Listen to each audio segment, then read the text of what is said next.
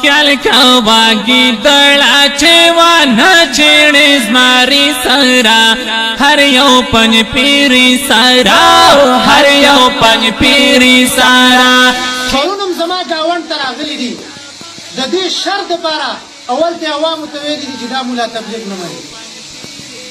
د پېښور نه شر د پاره راغلی و او ویل دا لاندې مولا چې دی دا تبلیغ نه مني دی یادونه ما ویل چې یو سړی تبلیغ نه مني هغه کافر دی یو سړی تبلیغ نه مني قرآن نه مني یو سړی تبلیغ نه مني هغه پیغمبر نه مني خو دا تاسو ته ما ویل هغوی یو شو جوړوي چې د عوام وایي چې یاره دا پلانې صاحب داسې غټ تبلیغي دی او پلانې مولوي صاحب دا د پېښور نه چې راغلی و دا تبلیغ مني دقه ملا دې ما ته وښایي چې ما یو څه روزه لګولې ده ودې ښایي دغه ملا چې دا څوک ما یادوي چې دا تبلیغ نه مني دی دې ما ته خپله یو څه روزه وکړي زه به وله جرم ورکړم نه شي کودلی الحمدلله چې ده چېرته څه روزه لګولي خو شوشه ده بس خپله شوشه دپاره دا خبرې کوي پلانې تبلیغ نه مني پلانې تبلیغ نه مني او د دغه مولا مشرانو 50 کتابونه لیکلي دي په تبلیغي جماعت والو باندې په هغې کې هر قسم فتوې لګولې دي په تبلیغي جماعت باندې دومره کتابونه د قادیانیانو خلاف نه دي لیکلي دومره کتابونه د یهودیانو خلاف نه دي لیکلي دومره کتابونه د پیرنګیانو خلاف نه دي لیکلي دومره کتابونه د شیعګانو خلاف نه دي لیکلي څومره کتابونه چې هغوی تبلیغي جماعت والو خلاف لیکلي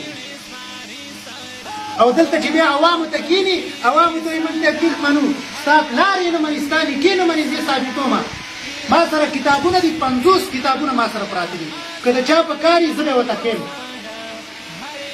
ما د هغې نه د نمونې په طور باندې ستاسو حضور ته 4 کتابونه راوړي ما سره 50 کتابونه پراته دي پنجپیري نه دي لیکلي وابي نه دي لیکلي چا لیکلي څوک چې ځان ته دیوبندیان وایي عزتمندو عوامو ورونو نیاز ته خبر درته نه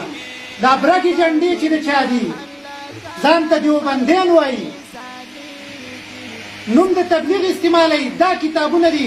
یا دې راشي دي وایي د دې کتابونو نه زمونږ بایکاټ دی چې دا موږ نه دي لیکلي بیا صحیح ده دې کتابونو کې چې هغوی کوم غلش خان لیکلي دي هغه زه اوس ویلم نه غواړم چې ستاسو په مخ کې ویم داسې خوشې خبرې لیکلي دي دا کتاب د دې مناظر الیاس ګومن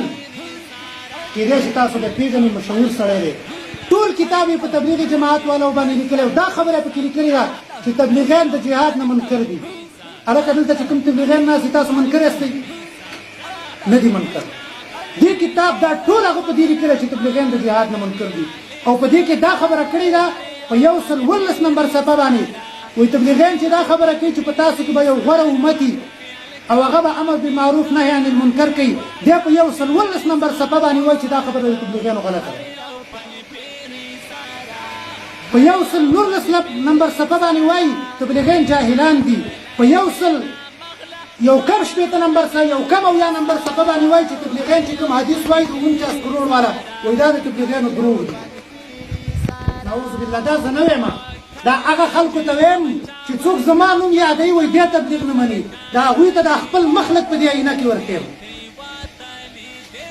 او دا خبره هم کړې ده چې کومه خبره کنتم خیر امة اخرجت للناس تبلیغ والا چې کوم آیات د قرآن پیش کوي چې تاسو کې به غوره امتي هغه به امر بالمعروف نهی عن المنکر کوي وایي د دې نه تبلیغیان نه دي مرادو وایي تبلیغیان امر بالمعروف نهی عن المنکر نه کوي استغفر الله دا د هغوی خبره ده دا د هغه چا خبره ده چې پرون راغلی او دا خبرې کولې موږ یې یادولو چې تبلیغ نه مني دا د هغوی کتاب دی مختصر درته ښیم دا بل کتاب دی د هغوی او په دې باندې 14 علماو تصدیق کړی چې دا کتاب صحیح دی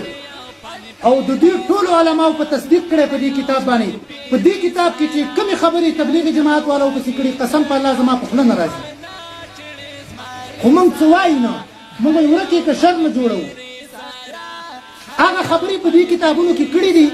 چې هغه انشاءالله زه اوس تاسو ته مختصر غوندې کې ویم یو خبره پکې دا کړې حاجي صاحب باندې عبدالوهاب حاجي صاحب باندې چې کومې فتوې لګولي نو هغه هم په دې کتاب کې موجود دي اوس یې دلته زه نه ویم په 153 صفحه باندې زه نه ویم ما زما په خوله هغه فتوې نه راځي دغه رنګې په صرف 140 نمبر صفحه باندې چې کومې خبرې دوی کړي دي تبلیغي جماعت والو باندې چې کومې فتوې لګولي دي هغه هم ما سسته دی دې کتاب کې دا دي خو زما په خوله نه راځي او د ټولو نه غټه خبره بدترینه خبره پکې دا کړې ده چې طارق جمیل صاحب یاد کړی وایي دا د باطل فرقو ایجنټ دی. دا یې په 53 نمبر صفحه باندې ویلي چې د یهودیانو او د امریکنیانو ایجنټ یې ورته ویلی او چا ورته ویلی دی چې کوم ملا دا پرون چې کوم ملا راغلی و د دوی مشر سرفراز خان صفدر نوم یې دی هغه ویلی دي چې طارق جمیل صاحب نعوذ بالله نعوذ بالله وایي دا د یهودیانو ایجنټ دی. والله دا کتاب ډک دی قسم په الله د دې خبرو نه. خو دا زه مختصر غوندې کې تاسو ته او دا کتاب چې چا لیکلی هغه د کوړي نه فارغه دی. مولانا مفتی توکل شاه حقانی صاحب دا کوړي نه دا مولا فارغه دی او کوړي کې ابتا کورس کړی مفتی کورس یې کوړي کې کړی. نن زمونږ ساده ورونه تبلیغیان ورونه هغه وایي زیري کوړي ته ولېږه. بیا په